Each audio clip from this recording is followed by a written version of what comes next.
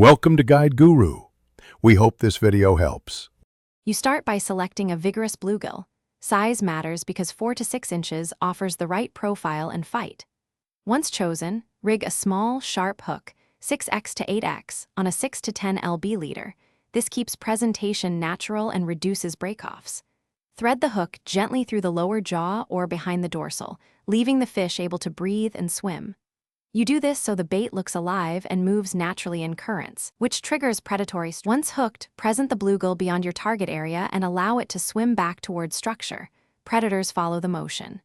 Make sure to reel slowly. Give the bait 1 to 3 feet of leader so it can dart and breathe. This natural motion sells the presentation. If you need depth control, add a small split shot or use a slip sinker rig. This keeps the bluegill at the strike depth without choking it. You do this because natural, unimpeded movement. When a predator hits, watch the rod tip and wait for a steady pull or a directional surge before setting the hook. You avoid pulling the bait free.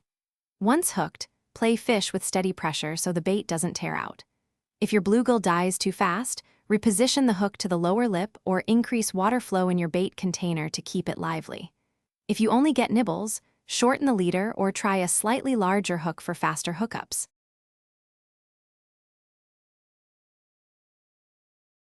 Thanks for watching.